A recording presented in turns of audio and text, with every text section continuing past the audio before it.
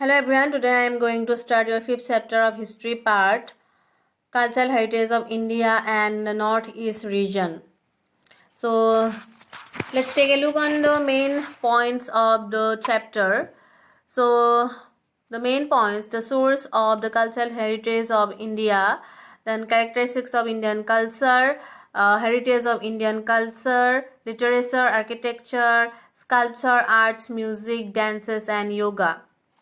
Again, the base of the cultural heritage of Northeast India region and Assam, and the cultural heritage of Northeast region, literature, religion, arts, music, sculpture, architecture and folk culture.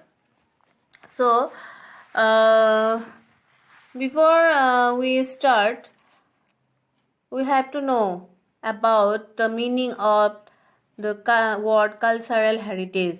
So what is the meaning of cultural heritage? So see, cultural heritage, it's a tradition and legacy. In Assamese, cultural heritage meaning সাংস্কৃতিক ঐতিহ্য. So this tradition or legacy we inherited from our predecessors, and especially cultural heritage or the heritage is an expression of the ways of living which are developed by a particular community and passed on from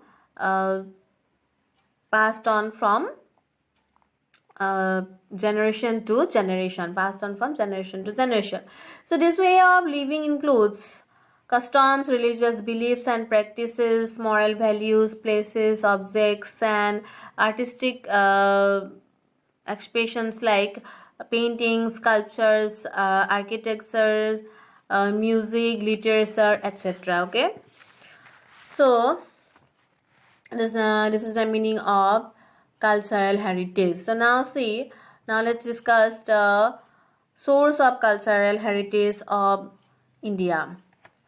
So we have so many valuable source material to study or to know about cultural heritage of our country, and the oldest source material or oldest sources came from the Indus Valley civilization. So as we know that around 4000 BCE a developed urban civilization or urban culture formed in the Sindhu Valley, now in West Punjab and Pakistan. So you heard the names of the most significant sites of Indus Valley civilization like Harappa and Mohenjo-daro.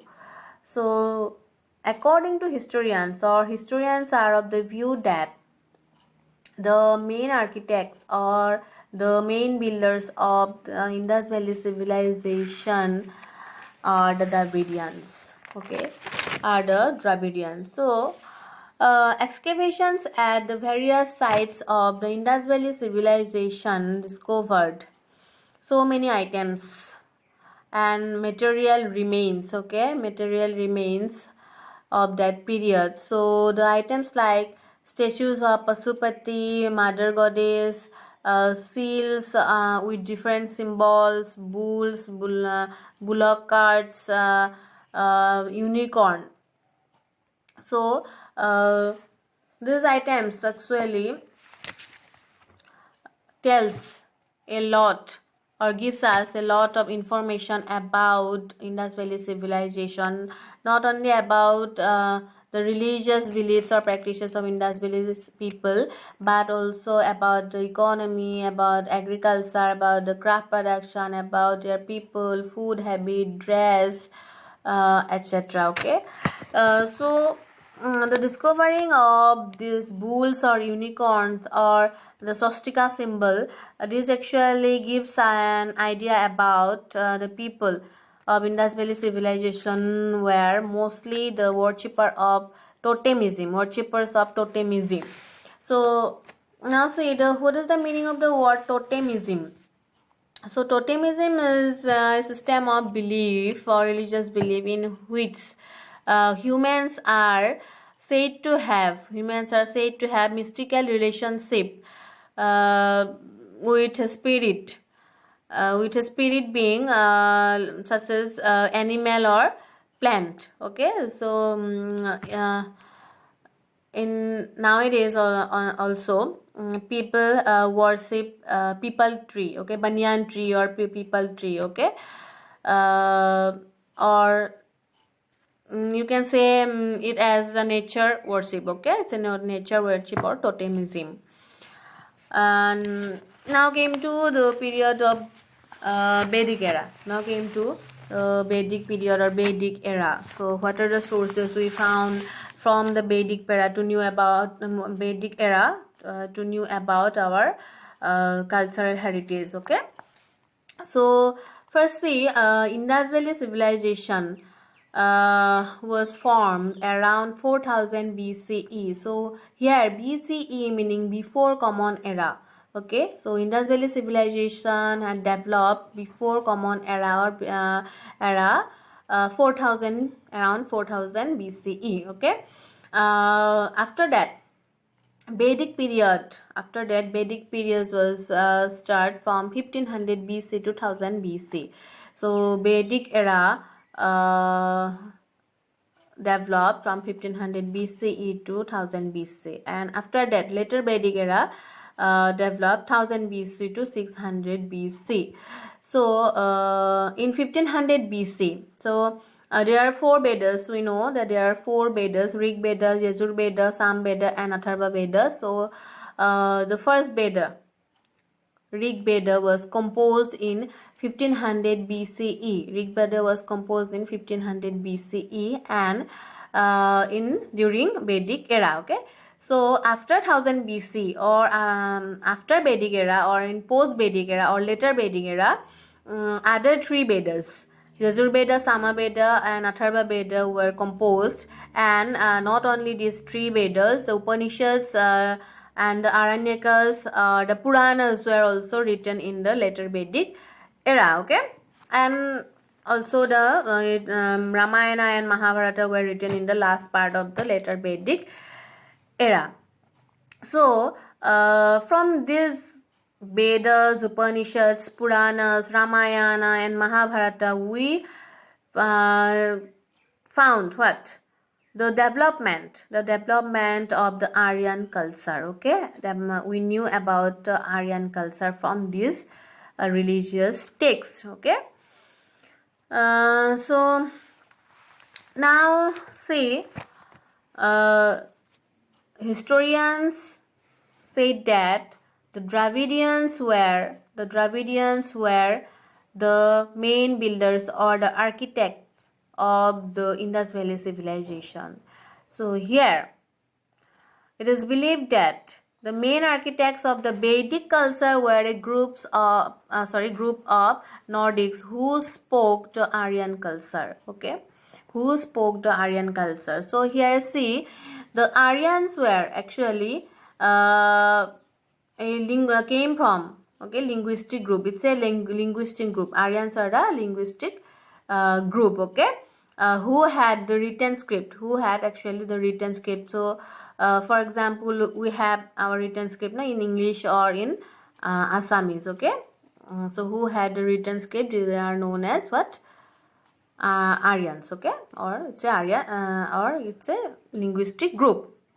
So now see, before the advent of the Dravidians or Mediterraneans, the Nordic Aryans entered India, and other groups of people like Proto-Australoids, Negroes, Austrics, and then the Mongoloids and Western brachycephalic groups of people entered India and started staying in India, and they actually developed a way of living. They actually developed a way of living, and when the time passes away, that what happened? this way of living or their customs, their religious beliefs, their food habits, their dress, and these are assimilated. These are assimilated with different culture, and what we found now, we found the, or now we got what, Indian culture. Okay, the unity in diversity. We found unity in diversity. Now see, who are the Nordics? Who were the Nordics? So, Nordics were Nordics, a Persian from Scandinavia, Finland, and or Iceland. Okay, so the Nordics, or the Nordic countries are a geographical and cultural region in Northern Europe and North Atlantic, where they are most commonly known as the Nordanes. Okay, so Nordanes meaning literary meaning what? Nordanes meaning the north. Okay, the north. So proto-astroloids. See, proto-astroloids. So who are the proto-astroloids? They were the Aboriginal Australian and the Melanesian people. Okay. Now see, Negros or Negroids. They are African Negros, Melanesian, Astroloids, and Negrito people. Okay. See, Mongoloids. Who are the Mongoloids? See, North Mongol, Chinese, Indo-Chinese, Korean and Japanese, and then Tibetan and Burmese, etc. They are the Mongoloids people. Okay. So now see, Caucasoid. So here Aryans are the Caucasoid. And Dravidian and the Sinhalese, they are actually came from the South Asia and they Southeast Asia and South Asia, and they stayed in South India. Okay, Dravida. And Western Brachycephalic group, Brachycephalic group.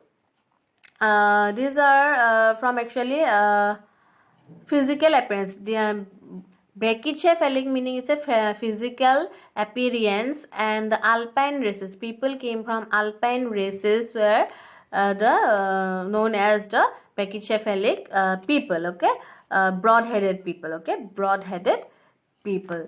So now see, these people came to India in different times, and they actually developed a way of living. Okay, way of living, and they these ethnic groups created many communities, sub-tribes, and in the later stages through assimilation, of their culture, custom, social tradition, beliefs, rituals, and linguistic variations, they actually what contributed a lot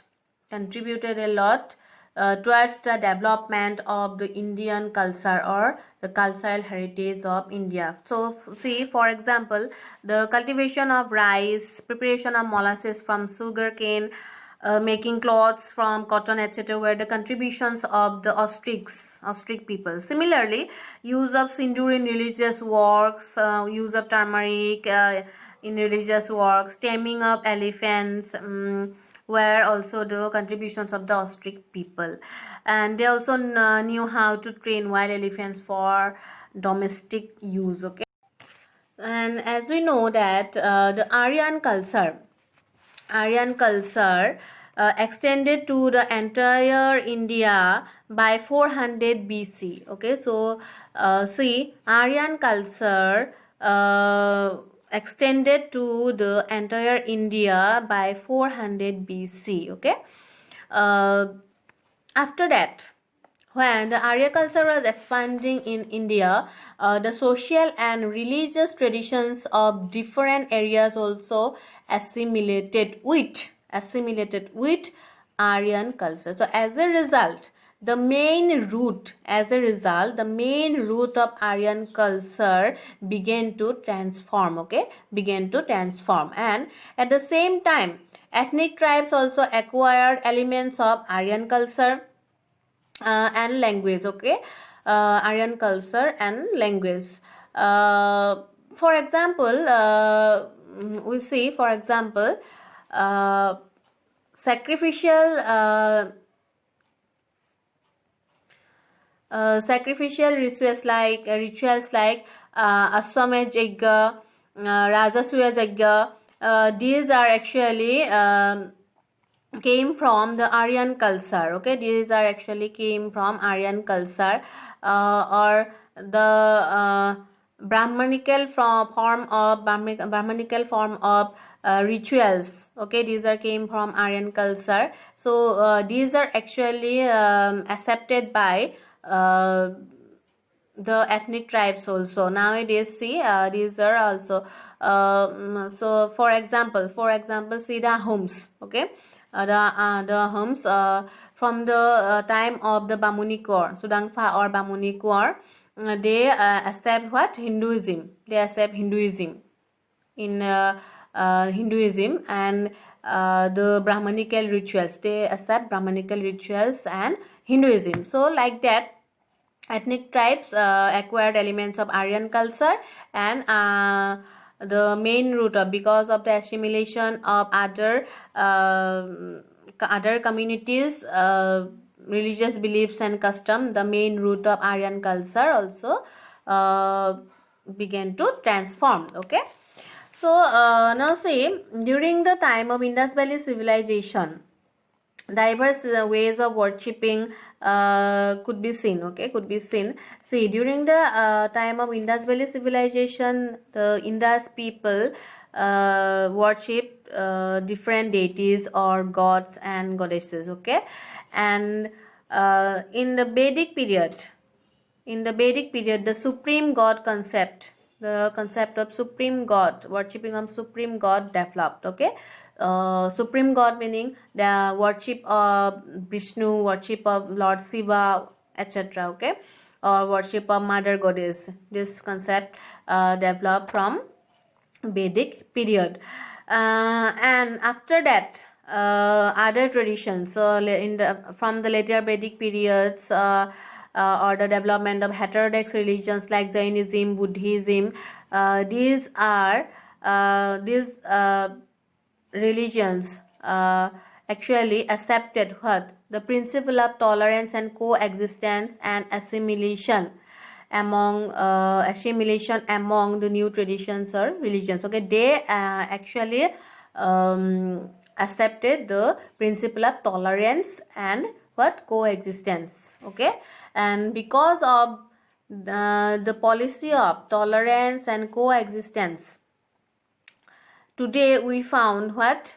Our new religious customs and beliefs. Okay, so that's all for today's class, and in the next class we have to discuss about the religious tolerance of different religions and the geographical diversity of India. Okay, goodbye.